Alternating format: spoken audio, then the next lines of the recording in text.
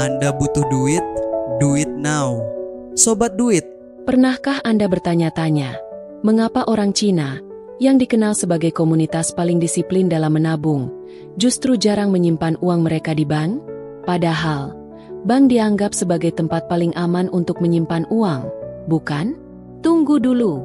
Ada rahasia besar di balik kebiasaan finansial mereka yang mungkin akan membuat Anda berpikir ulang.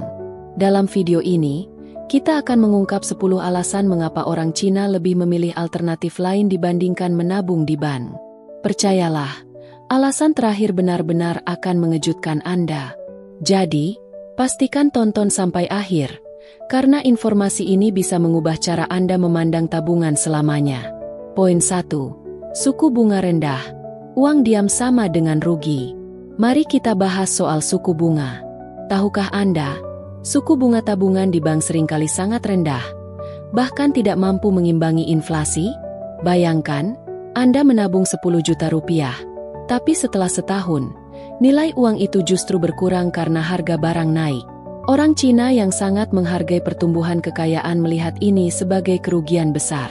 Mereka lebih memilih instrumen seperti emas atau properti yang nilainya cenderung naik seiring waktu. Jadi, alih-alih membiarkan uang mereka tidur di bank, mereka memilih opsi yang bisa membuat uang mereka bekerja lebih keras. Bagaimana dengan Anda? Masih nyaman menabung di bank dengan suku bunga rendah? Poin 2. Biaya administrasi pajak tersembunyi yang menggerogoti tabungan. Tahukah Anda bahwa bank seringkali mengenakan biaya bulanan yang diam-diam mengurangi tabungan Anda? Bagi orang Cina, ini seperti pajak tersembunyi yang tidak perlu.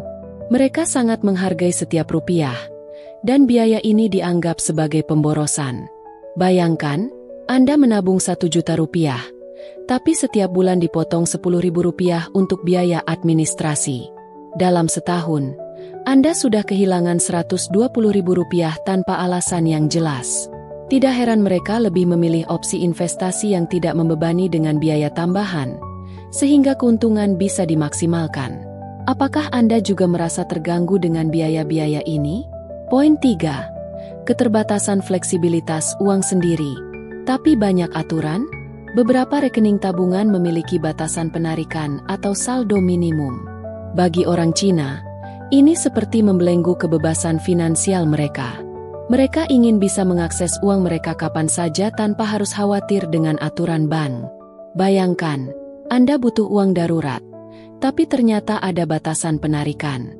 Situasi seperti ini bisa sangat merepotkan. Itulah mengapa banyak dari mereka lebih memilih instrumen yang fleksibel, seperti emas, yang bisa dicairkan kapan saja tanpa batasan. Bagaimana dengan Anda? Lebih suka fleksibilitas atau tetap mengandalkan keamanan bank? Poin 4. Risiko inflasi uang menyusut tanpa disadari. Jika suku bunga tabungan lebih rendah dari inflasi, nilai uang Anda akan terus tergerus. Orang Cina yang fokus pada penghematan jangka panjang melihat ini sebagai ancaman serius. Mereka lebih memilih instrumen yang bisa melindungi nilai uang mereka, seperti properti atau saham. Faktanya, harga properti di kota-kota besar cenderung naik 10-15% per tahun, jauh lebih tinggi dibandingkan suku bunga bank. Inilah sebabnya mereka menganggap menabung di bank sebagai keputusan yang merugikan dalam jangka panjang. Bagaimana menurut Anda? Apakah menabung di bank masih terasa menguntungkan? Poin 5. Kurangnya peluang pertumbuhan, uang diam tak berkembang. Menabung di bank memang terasa aman. Tapi apa untungnya jika uang Anda hanya diam dan tidak berkembang? Orang Cina lebih memilih investasi yang bisa memberikan keuntungan besar, seperti bisnis atau saham. Mereka percaya bahwa uang harus bekerja untuk menghasilkan lebih banyak uang. Alih-alih menabung tanpa hasil yang berarti, mereka mencari opsi yang lebih menguntungkan dan memiliki potensi pertumbuhan lebih tinggi. Bagaimana dengan Anda? Sudah siap membuat uang Anda bekerja lebih keras? Poin 6. Ketergantungan pada sistem bank risiko di luar kendali. Pernahkah Anda berpikir apa yang terjadi jika bank mengalami masalah? Seperti kebangkrutan atau gangguan layanan? Tabungan Anda bisa terancam. Orang Cina lebih suka mengontrol keuangan mereka sendiri tanpa bergantung pada pihak ketiga.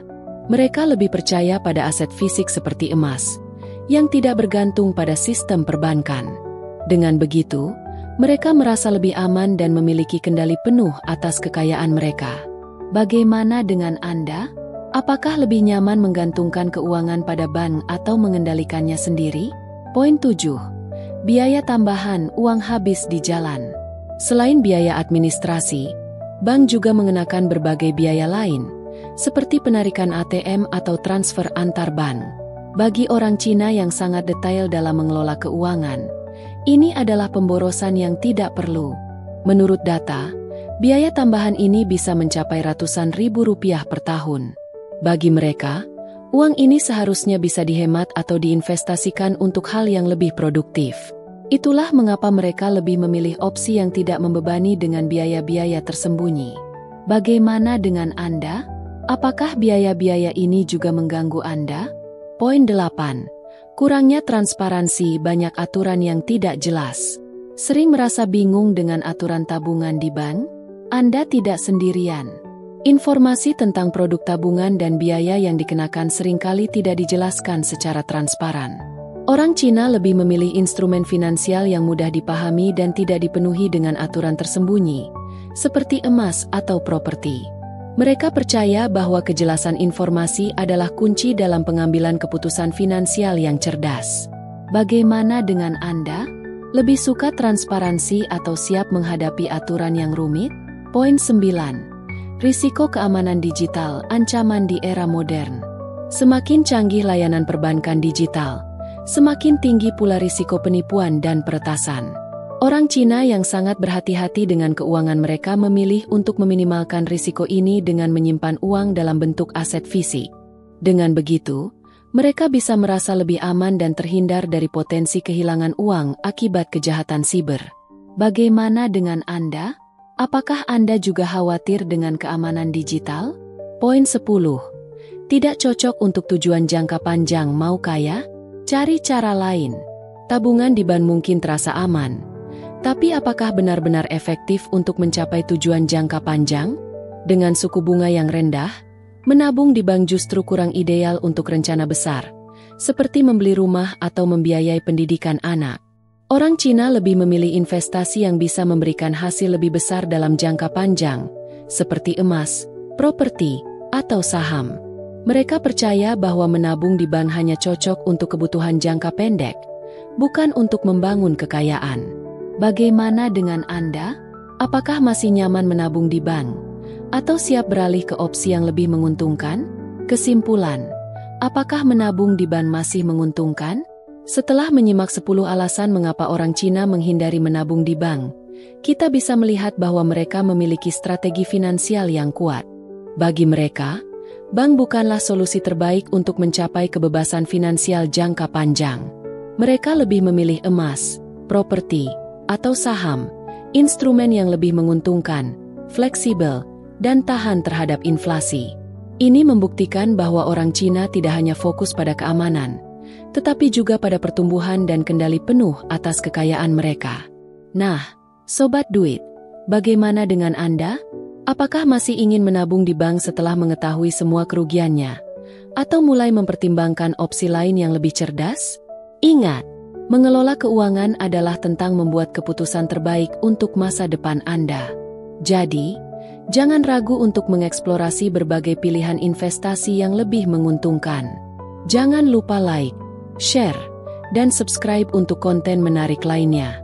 Tulis di kolom komentar, apa pengalaman Anda dalam menabung di bank? Tonton video berikutnya, karena kita akan membahas strategi investasi ala orang Cina yang bisa Anda tiru. Siap-siap, ini bisa mengubah hidup Anda selamanya. Anda butuh duit? Do it now.